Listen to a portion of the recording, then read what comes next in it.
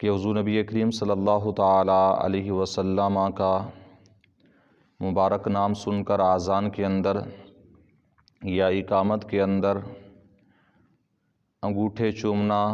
جو مستحب ہے، اگر کوئی شخص اس کا قائل ہونے کے باوجود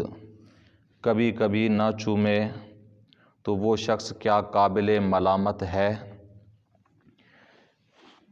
یعنی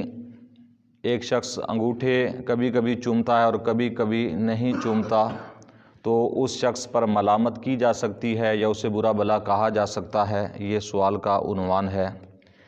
تو آپ علیہ رحمہ نے جواب ارشاد فرمایا کہ جب کہ مستحب جانتا ہے اور کرنے والوں پر اصلاً ملامت بھی جائز نہیں سمجھتا، تو کرنے والوں پر ملامت کو برا جانتا ہے تو خود اگر احیاناً کرے احیاناً نہ کرے تو ہرگز قابل ملامت نہیں ہے۔ فَإِنَّ الْمُسْتَحَبَّ هَذَا شَأْنُهُ کہ مستحب کی شان یہی ہے کہ اگر اس پر کبھی کبھار عمل کر لیا جائے تو بھی ٹھیک ہے، کبھی کبھار اگر چھوڑ دیا جائے جائز سمجھ کر تو بھی ٹھیک ہے۔ یعنی مستحب کو ناجائز سمجھنا یہ غلط ہے۔ مستحب سمجھے لیکن کبھی کبھار چھوڑ دے، کبھی کبھار عمل کر لے، تو یہی مستحب کی شان ہے کہ مستحب ایسا عمل ہوتا ہے کہ جو لازمی یا ضروری نہیں ہوتا کہ ہمیشہ ہی اس پر عمل کیا جائے۔ تو فرمایا کہ اگر کوئی شخص انگوٹھے کبھی کبھار چوم لیتا ہے، کبھی کبھار نہیں چومتا اور نہ چومنے کو غلط بھی نہیں کہتا تو یہ جائز ہے اور اس پر کسی قسم کی ملامت کرنا جائز نہیں ہے۔ اور اس کے علاوہ سوال کیا گیا کہ نبی کریم صلی اللہ علیہ وسلم کا مبارک نام سن کر ہاتھوں کے انگوٹھے چومنا، یہ اس میں کوئی ممانعت تو نہیں ہے؟ تو فرمایا جائز بلکہ مستحب ہے کہ جب کہ کوئی ممانعت شرعی نہ ہو۔ فرمایا کہ ہاں جب شرعی ممانعت نہ ہو تو پھر مستحب ہے۔ اور شرعی ممانعت کیسے ہے کہ مثلاً حالت خطبہ میں ہے یا جس وقت قرآن مجید سن رہا ہے یا نماز پڑھ رہا ہے، ایسی حالتوں میں اجازت نہیں، باقی سب اوقات میں جائز بلکہ مستحب ہے جب کہ بنیت محبت و تعظیم ہو۔ یعنی آپ نے فرمایا کہ جب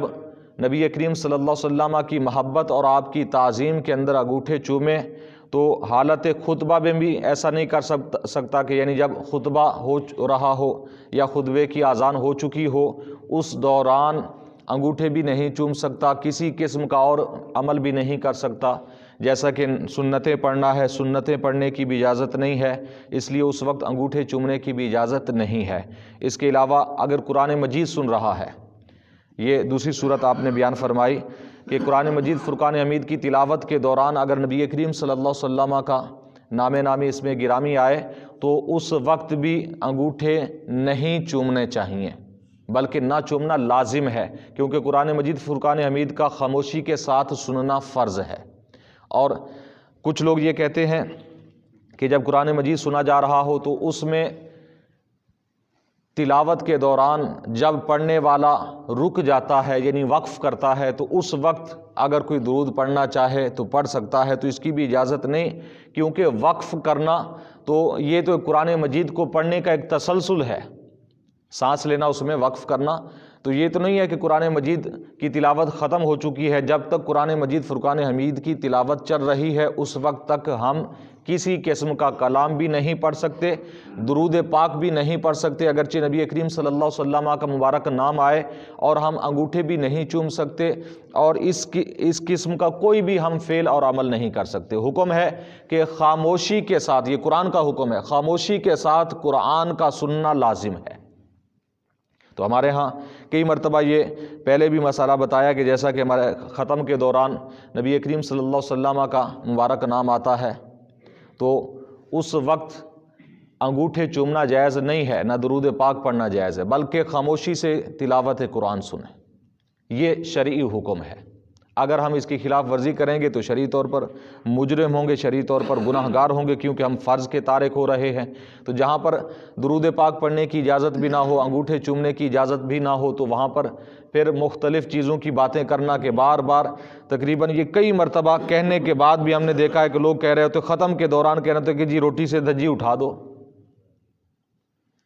کہ شاید اللہ تعالیٰ کو پتہ نہیں چلے گا کہ روٹی بھی رکھی ہوئی ہے، معاذ اللہ۔ یعنی ایک ہمارے ایسے رسم و رواج بن گئے کہ ہم فرض کو ترجیح نہیں دیتے، لیکن جو ہماری رسمیں ہیں ہم انہیں ترجیح زیادہ دیتے ہیں۔ تو باقی دیکھ لیں، یعنی جب ختم شروع ہو جائے، قرآن مجید کی تلاوت شروع ہو جائے، کسی قسم کی جائز نہیں ہے گفتگو کرنا۔ آگے خود اندازہ لگائیں کہ درود پاک پڑھنا بھی جائز نہیں ہے، اس وقت انگوٹھے چومنا بھی جائز نہیں ہے۔ تو اگر ہم کہیں کہ یہ پلیٹ ادھر کر دو جی، یہ ادھر کر دو جی، اس طرح کی باتیں کرنا ختم قرآن مجید کے دوران یہ بالکل روا نہیں ہے، اس کی اجازت بالکل نہیں ہے۔ قرآن مجید فرقان حمید کا سننا فرض ہے، ضروری ہے۔ اگر ہم اسے نہیں سنیں گے، گفتگو بیچ میں کریں گے تو یہ حرام کام کر رہے ہیں۔ اللہ تعالیٰ کی بارگاہ میں دعا ہے نبی کریم صلی اللہ علیہ وسلم کے وسیلہ سے ہم سب کو علم دین سیکھنے کی، سمجھنے کی، عمل کی توفیق عطا فرمائے۔ آمین بجاہ النبی الامین۔